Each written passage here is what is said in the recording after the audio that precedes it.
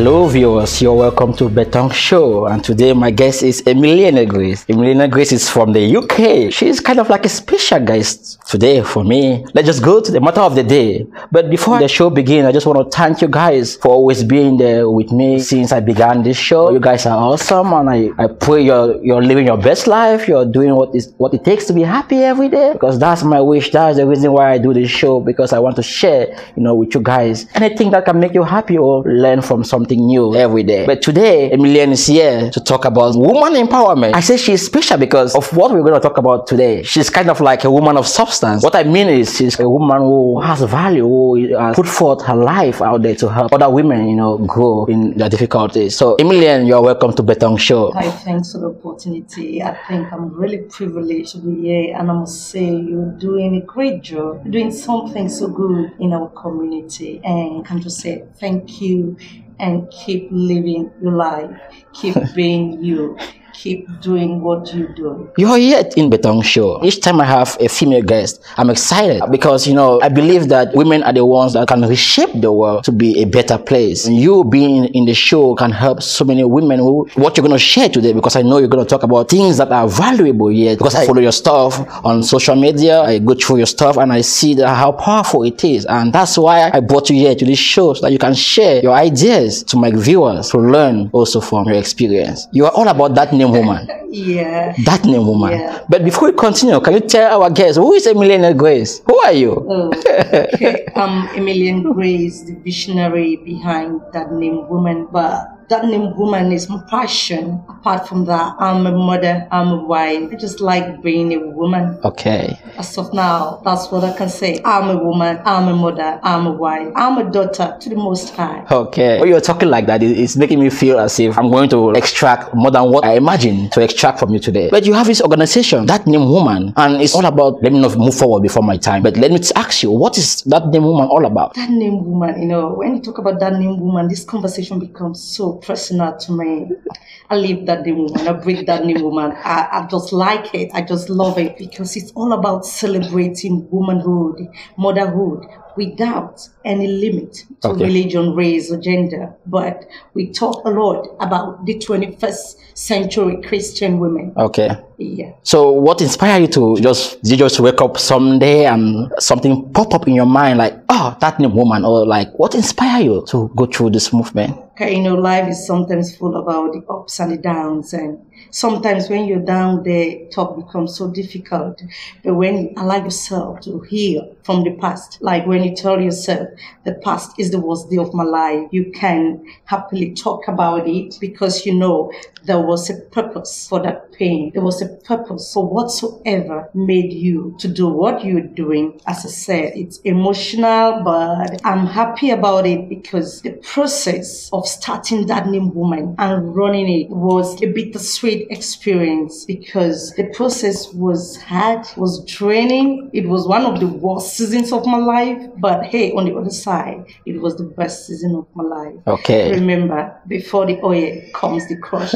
Yeah. So that name woman, watch out for the space. Okay. I want to get something. What is it all about, the name woman? I mean, people have organizations out there to empower women, but what is it specific about yours? That name woman. That name woman is a movement that touches my heart, because the vision came from God, and it came at a point when I was at my lowest.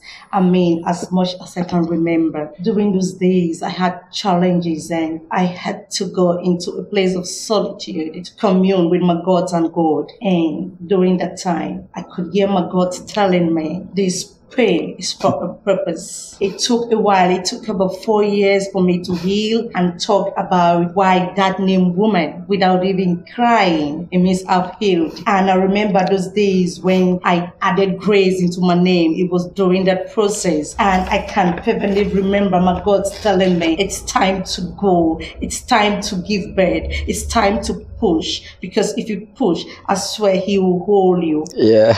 So those challenges were there. I don't really want to go into the depth of it, but when God wants to bless a mind, he uses people, and when the devil wants to test you, he uses people. So I think I was privileged that I became an scapegoat, and the devil really tested me. Honestly, I almost lost my sanity. Okay. If not of God. Okay, that's powerful. In the place of worship, I thought about things.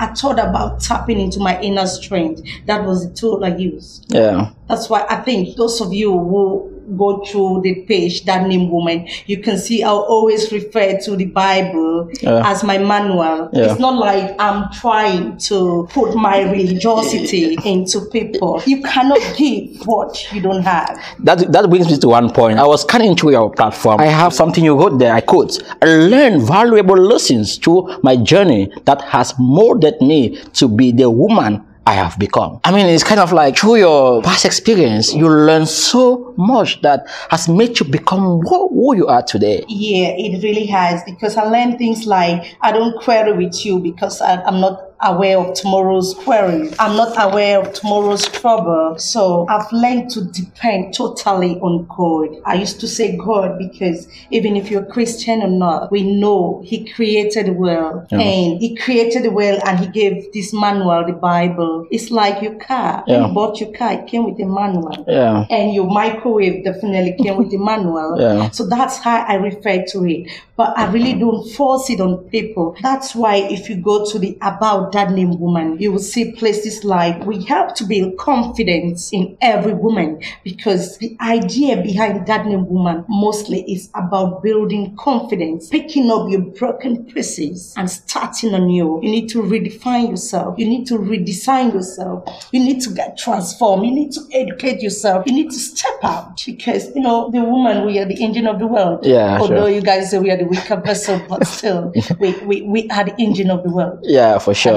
I agree with you at that point. We can do things you guys can. I understand. Anyway, let's not go deep into that. Let's take it to the next point. What vision do you have for That Name Woman? What do you see That Name Woman in 5 years to come? Before, when I started this vision, I thought only of the 21st century Christian woman. Why? Because at that point where I was at my lowest, the only thing I had on my plate was my faith. I thank God for praying sisters. I thank God for praying family. I think we still really need to have sisters, at least 3. We don't really trust anymore, but still we need sisters who can stand there and give us the word. Because as I refer to the Bible as a manual, I will give it back to the manufacturer. I will tell him those things. Those are the things I learned while in the place of solitude. I learned that give him back his word. Give him back. If he said something and you doubt him, give it back to him. So those are the things I learned. And looking at this vision, when it started, I got so limited to the Christian woman because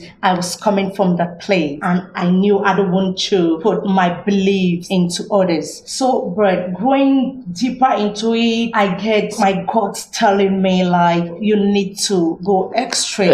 And again, some people that are not Christian, they inbox me and they're like, "Mom, I can see all what you're writing, but I'm really not a Christian." And I'll say, if you go to that page and read it, you read clauses like, "Come as broken as you are. Come as straight as you are. Come the way you are." God is looking for availability and not abilities. God is not looking for Christians or Muslims. God is looking for women, because we are in the era where we need to grow. We need to take up all the positions. We need to intercede for people like what Esther did. We need to grow in wisdom like people like Abigail in the Bible. We need to be like the woman with the issue of blood who could go to grab Jesus' garment. We need to be able to pass through those challenges and don't let them stop us. We need to go like Anna in faith and say, "I'm not stopping." When the husband said, "I love you." Come on. I'm enjoying this. I love you, so don't care about not having a child. And she said, "No, I'm not settling for the less." So we need to be at our best. I realized that God, I'm getting more than I thought. I need people out there who have the same vision with me, who wants to join this team, and we help women person out there who are struggling, build your confidence. And, you know, if you build your confidence, that's beauty. From creation, God said a woman needs to be beautiful. Yeah. And for a woman to be beautiful, it doesn't just end by looking good. You know, we wear this mask. Yeah. We do all this makeup. But there is a lot behind it. Yeah. You need to identify your inner strength. Because if you identify your inner strength, you will be able to live your purpose. You'll be able to know who you are. So that even if you need to take out your mask, you will still feel confident. But you know, as a woman, we need to always top up.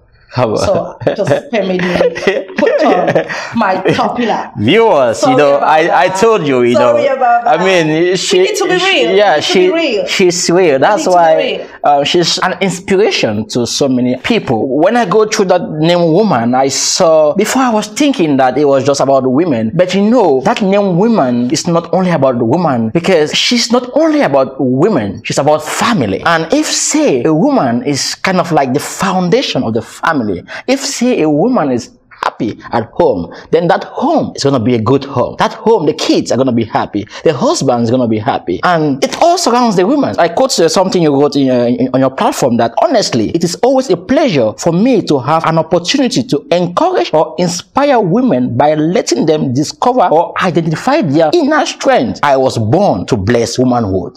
Yeah, I say that all the time. I mean, this is... Yeah, I say that all the time. As you say, I think I was blessed. I was born to bless women, because anything that concerns the transformation of a woman, it gingers me. It gives me butterflies in my stomach. I'm just like, I don't want to say crazy for anything that concerns a woman. People talk about femininity in the negative, empowerment. She started by saying empowerment. It's just that people look at it from the negative point of view. But I tell you, if you are a woman and you are not standing the gap for your family, then you're playing with destiny. Okay. I think you're playing with destiny because you have to identify yourself as a woman. You leave your assignment, because your purpose is not only for you, it's for your family and your generation and your community. And you said you believe that I don't limit it only to women. That's true, because when I write woman, usually I write the man in bracket, woman with a man in bracket, meaning we are not even gender biased. If you look at the starting of creation, when God created man, he made them male and female. Yeah. So man represents a man and a woman. But what did he do? He knows about the ego you can have as a man. Yeah. He made you to go into a deep sleep. He wanted to take out something from you. He went to your bone marrow, the bone, not the flesh. So took out something to create a woman. So I think I'm more powerful than you. You can say I'm a weak vessel, but I'm the engine of the world. I'm the engine of my home. And the slogan, a happy home, a happy wife, is a happy home. It's very accurate. I thank God for whoever came up with that. I want to quote your words. I like it because your write-ups are so inspiring. And going through your write-up, guys, this lady here, she's one of those people that inspire me to become Betong Show. She's, you know, one of the people who believe in me. She's the first person who believe in me. And it means a lot to me that someone believed in you. And today, bringing her in this show is kind of like, my dream come true. But let me go to my question. You mentioned on your platform that I love doing all the jobs that need doing at home. What do you mean? You mean that because women now, they think that if, say, you're doing things at home, it means you are kind of like a weak woman, or maybe the man is controlling you. What do you mean by that, doing things at home? Yeah, I'm a domesticated woman. Yeah. I'm a domesticated woman, and I'm a career woman. You know that. You know how I go about doing courses and trying to get better with education. But you know, I'm just a woman. And maybe because I've learned about my temperament, I learned about what I'm made of, I just like doing all what needs to be done. I know my family depends on me. At least we are in an era where we are partners. I'm a helpmate to my husband. Yeah. So I meet him where he's lacking. Yeah. And I grew up that way. My mom did a lot of things at home and still went to work. And I do the things that needs doing. But I have my limits because I must take care of myself. I have my time that I'm my me time. Even my children know they will not even get into that space. Yeah. Especially when I enter my 4th year chapter. a few years ago, they know mommy have a time, mommy have a space, and they respect it. I just like seeing everything going all right. So I do all those things because I'm a domesticated woman. Talking about parents, parenting, it takes me to one of your write-up again. As I mentioned, your write-up are inspiring. Okay. You mentioned something. It's the responsibility of parents to take care of their children properly before sending them out to the world. It's kind of like what you're saying is parents should be the first persons that their kids or their children can look up to as an example before they can go to their teachers. How can you back up? Because now things are different, the way people do things now in these days. Yeah, things are different, but I'll say everything starts behind closed doors. Everything starts in the house. Being a parent means you are that child's first mirror. You are the first person they get up to see. And growing up as a child, the things you grow up to become as an adult are the things you learned while growing up, especially those things you learn between the age of 0 and 7. So for me, I'll teach them first at home so that when they go to the community and the community teaches them something different, they will always come back to me. Why? Because they are like my friends. We discuss everything. So the things that teaches them at school, for them, they are not scared to come and tell me. Then I'm like, is that what we learn?